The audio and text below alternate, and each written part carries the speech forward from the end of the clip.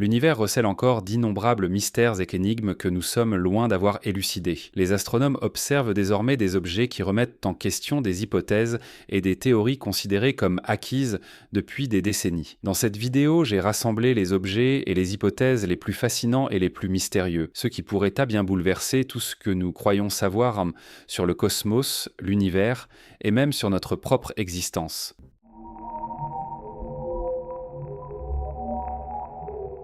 Dans l'espace, il existe une multitude de planètes qui errent seules, loin de toute étoile, perdues dans l'obscurité totale du cosmos. On les appelle les planètes orphelines. Les premiers indices de leur existence sont apparus dans les années 2000, mais ce n'est que récemment que les scientifiques ont commencé à les détecter grâce à la technique de micro-lentilles gravitationnelles. Certaines de ces planètes peuvent être plus massives encore que Jupiter, tout en restant pratiquement invisibles. La plupart du temps, elles sont éjectées de leur système stellaire à la suite de perturbations gravitationnelles majeures. Dans la seule Voie lactée, il pourrait exister près de 200 milliards de planètes orphelines. En général, elles poursuivent leur course autour du centre galactique. Dans d'autres cas, il pourrait s'agir de planètes intergalactiques. Ces mondes ne gravitent autour de rien en particulier. Ils dérivent simplement dans les ténèbres, sans étoiles et sans galaxies. Si l'une d'entre elles venait à s'approcher du système solaire, nous ne la détecterions probablement qu'au tout dernier moment. Un tel objet pourrait perturber les orbites des planètes et provoquer des conséquences considérables, voire catastrophiques.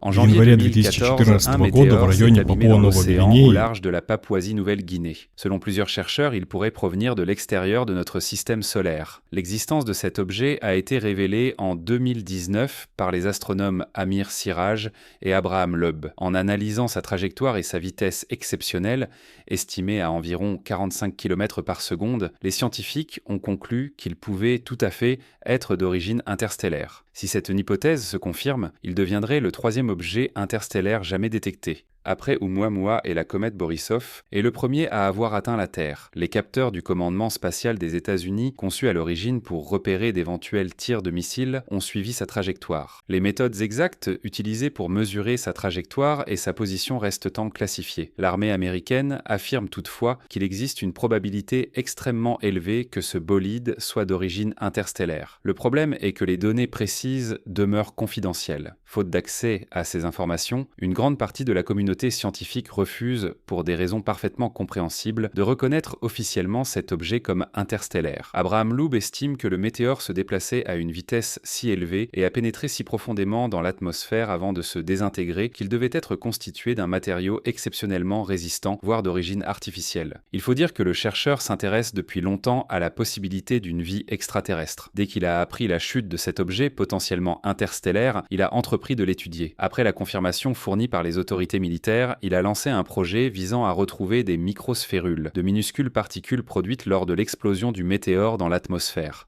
En juin 2023, après avoir obtenu les financements nécessaires, il a organisé une expédition scientifique. L'équipe a utilisé le navire Silver Star, équipé d'un système magnétique destiné à récupérer ces particules au fond de l'océan. Au total, environ 850 sphérules ont été collectées. Les analyses ont révélé que certaines présentaient des concentrations inhabituelles de certains éléments chimiques, ce qui pourrait également suggérer une origine interstellaire. À ce jour, rien ne permet toutefois d'affirmer avec certitude que ces sphérules proviennent bien du météore. Cette initiative s'inscrit dans le cadre du projet Galilée, fondé par Loeb en 2021.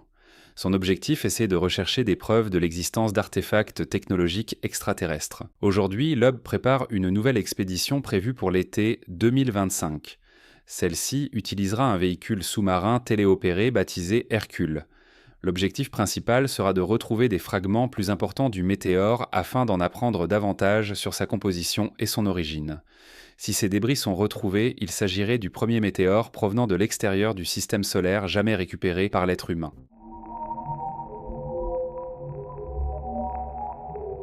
En 2019, des chercheurs utilisant le radiotélescope australien ASCAP ont découvert par hasard quelque chose de véritablement déroutant. Un gigantesque anneau d'émission radio, plusieurs dizaines de fois plus grand que notre galaxie. Impossible de l'observer à l'œil nu. Ces structures n'émettent aucune lumière visible, n'en réfléchissent pas et demeurent totalement invisibles dans le spectre optique. Nous ne pouvons les détecter qu'à travers les ondes radio. Pour donner une idée de leur taille, les points lumineux visibles à proximité sont en réalité des galaxies entières. Au départ, l'explication semblait simple, une onde de choc provoquée par une gigantesque explosion ou la trace d'une collision entre galaxies. Mais aucune de ces hypothèses n'a pu être démontrée. Pendant des années, les scientifiques ont tenté de comprendre ce que sont ces structures et comment elles ont pu apparaître. À proximité, rien n'indique la moindre catastrophe cosmique, aucun vestige d'explosion, aucune éjection de matière, aucune trace d'interaction. Ces anneaux semblent surgir de nulle part et présentent toujours une forme parfaitement circulaire ainsi que des dimensions colossales. À l'heure actuelle, l'hypothèse la plus crédible est qu'ils auraient été créés par de puissants vents galactiques, d'immenses flux de gaz et d'énergie expulsés lors d'explosions stellaires survenues il y a des milliards d'années. Cette idée est renforcée par le fait qu'une galaxie a été identifiée au centre de chacun de ces anneaux. Les chercheurs pensent donc que ces structures seraient traînées au cœur de ces galaxies avant de s'étendre progressivement vers l'extérieur, formant les immenses cercles que nous observons aujourd'hui uniquement dans le domaine radio.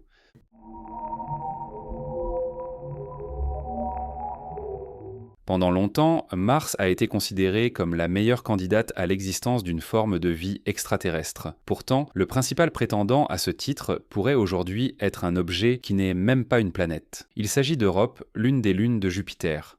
Dans les années 2000, les scientifiques ont avancé l'hypothèse qu'un océan liquide caché sous sa surface glacée pourrait abriter la vie.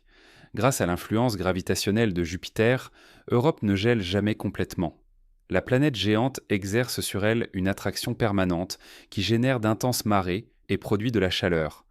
Ce phénomène est connu sous le nom de chauffage par effet de marée. En octobre 2024, la NASA a lancé la mission Europa Clipper.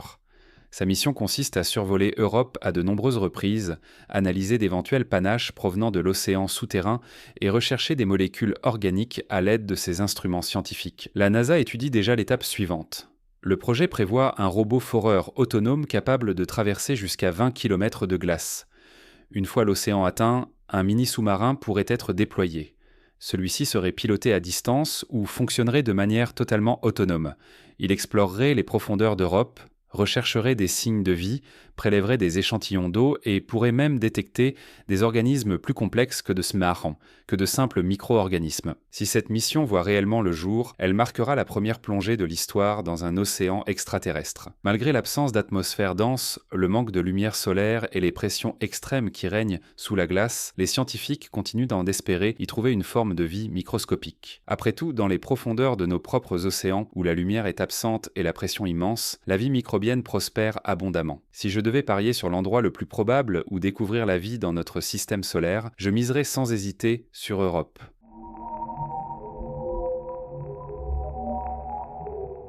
Imaginez un vide absolument colossal, aucune étoile, aucune galaxie, aucune lumière. Ces régions de l'univers sont appelées des vides cosmiques. Il en existe des dizaines, mais le grand vide du Bouvier est considéré comme l'un des plus impressionnants jamais observés. Son diamètre atteint près de 300 millions d'années-lumière. Pour se représenter une telle échelle, il pourrait contenir environ 2000 Voies lactées, tout en laissant encore un immense espace inoccupé. Sa découverte remonte à 1981, lorsque des astronomes ont entrepris de cartographier les galaxies en 3 dimensions. C'est alors qu'ils ont identifié une gigantesque zone vide en forme d'ovale. Là où les modèles prévoyaient la présence de milliers de galaxies, ils n'en ont trouvé qu'une soixantaine, et comparé à l'immensité du vide, elles sont si petites qu'elles passent presque inaperçues. Même en tenant compte de l'expansion de l'univers, une structure aussi gigantesque demeure une anomalie. À ce jour, personne ne connaît avec certitude son origine. Parmi les hypothèses avancées figure celle de la matière noire. Certaines régions auraient contenu trop peu de matière pour permettre la formation normale de galaxies. D'autres vont encore plus loin et suggèrent qu'il pourrait s'agir de la trace laissée par une collision avec un autre univers. Cette dernière idée reste toutefois largement spéculative et n'est généralement pas considérée comme une explication crédible. Nous savons aujourd'hui que les vides cosmiques représentent jusqu'à 81% du volume de l'univers observable. Pourtant, une question demeure sans réponse. Pourquoi leurs contours sont-ils aussi réguliers et leurs frontières aussi nettes ? Ces structures ne ressemblent pas à de simples zones moins denses. Elles donnent plutôt l'impression qu'une portion entière de l'espace a été arrachée. L'explication la plus plausible implique encore une fois la matière noire. Grâce à son influence gravitationnelle, elle pourrait lisser progressivement les structures cosmiques et contribuer à façonner ces immenses régions aux contours étonnamment réguliers.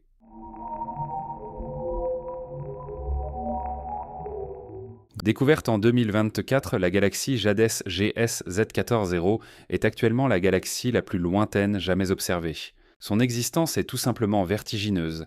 Elle serait apparue il y a environ 13 milliards 500 millions d'années, soit seulement 290 millions d'années après le Big Bang. Autrement dit, nous l'observons à une époque où l'univers était encore dans son enfance. Sa lumière a voyagé pendant plus de 13 milliards d'années avant d'atteindre nos télescopes. Mais cette découverte soulève également des questions capables de remettre en cause certaines de nos théories fondamentales. Le problème est simple. Selon les modèles actuels, une galaxie aussi développée n'aurait pas dû exister aussitôt. À cette époque, l'univers était censé manquer de matière et de temps pour construire un objet d'une telle ampleur. Pourtant, cette galaxie est massive, extrêmement lumineuse et remarquablement évoluée.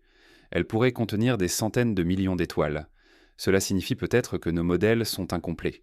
Peut-être qu'un mécanisme encore inconnu a accéléré son évolution, ou, hypothèse encore plus fascinante, que l'univers est plus ancien que nous ne le pensons. Aujourd'hui, cette galaxie est probablement très différente de ce que nous observons.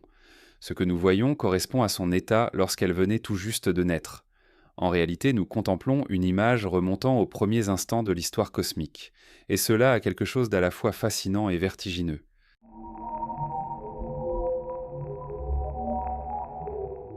La Grande Muraille d'Hercule couronne boréale est l'une des plus vastes structures connues de l'univers. Il s'agit d'un immense regroupement de galaxies qui s'étend sur près de 10 milliards d'années-lumière. Cela représente environ 10% de l'univers observable. Cette structure se trouve elle-même à environ 10 milliards d'années-lumière de la Terre. Nous l'observons donc telle qu'elle était il y a 10 milliards d'années. Mais ce sont précisément sa taille et son âge qui intriguent les scientifiques. Certains vont même jusqu'à douter de son existence réelle. La raison est simple. Une structure aussi gigantesque semble entrer en conflit avec certaines prédictions du modèle cosmologique standard. À la distance où elle se trouve, nous la voyons seulement 3 milliards d'années après le Big Bang. Or, selon plusieurs modèles, ce délai paraît insuffisant pour permettre la formation d'un ensemble aussi vaste et aussi complexe. Dans le cadre du modèle lambda-CDM, les structures de cette nature ne devraient normalement pas dépasser environ 1,2 milliard d'années-lumière. L'existence même de cette immense muraille suggère donc que quelque chose nous échappe encore. Peut-être avons-nous mal interprété sa structure, peut-être sous-estimons-nous le rôle de la matière noire, ou peut-être que l'univers fonctionne différemment de ce que nous imaginons. Plusieurs hypothèses tentent d'expliquer cette anomalie. La première repose sur des fluctuations de densité primordiale. Certaines régions auraient été beaucoup plus denses que d'autres dès les premiers instants de l'univers. Elles auraient alors attiré davantage de matière et grandi plus rapidement. D'autres chercheurs évoquent une contribution plus importante de la matière noire. Enfin, certains imaginent l'existence de champs physiques encore inconnus qui auraient pu agir plus efficacement que la gravitation.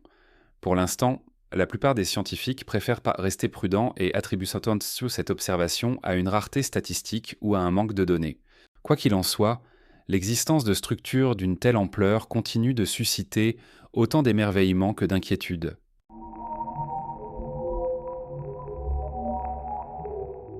La théorie la plus largement acceptée concernant l'origine de l'univers demeure celle du Big Bang.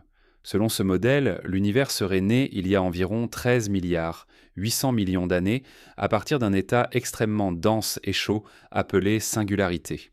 Mais quel autre objet de l'univers possède une densité aussi extrême ? La réponse semble évidente, les trous noirs.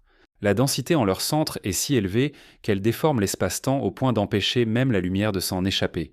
Cette comparaison soulève alors plusieurs questions fascinantes. Pourquoi la singularité originelle ne s'est-elle pas effondrée en trou noir ? Et si notre univers était lui-même lié à l'intérieur d'un trou noir ? L'expansion cosmique pourrait-elle être la conséquence d'un processus se produisant dans un univers plus vaste ? Pour répondre à la première question, les physiciens rappellent généralement qu'au moment de la singularité, l'espace tel que nous le connaissons n'existait pas encore. Créer un trou dans l'espace suppose que l'espace existe déjà. Or, la singularité n'était pas un objet placé quelque part. Elle représentait l'intégralité de l'univers. Notre cerveau peine à concevoir une réalité sans espace, car tout ce que nous connaissons doit forcément se trouver quelque part.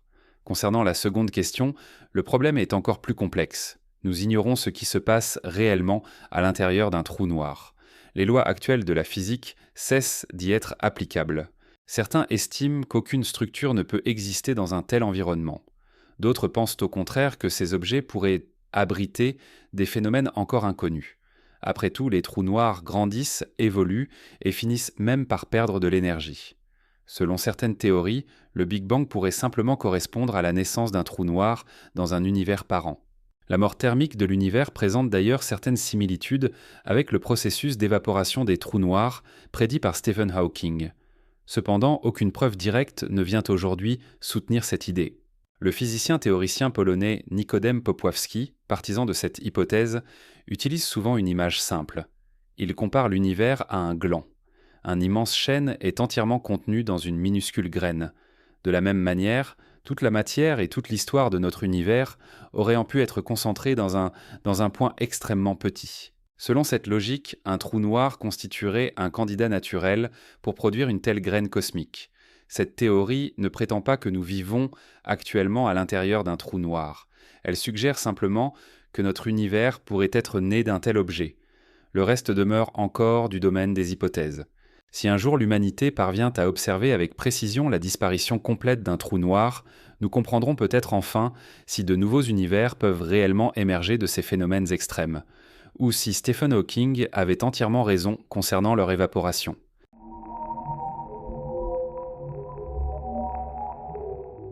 La matière noire demeure aujourd'hui l'un des plus grands mystères de la physique moderne. Personne ne l'a jamais observée directement. Pourtant, son existence est fortement suggérée par de nombreuses observations astronomiques. C'est elle qui empêcherait les galaxies de se disloquer sous l'effet de leur rotation. C'est également elle qui façonnerait l'immense toile cosmique reliant les galaxies à travers l'univers.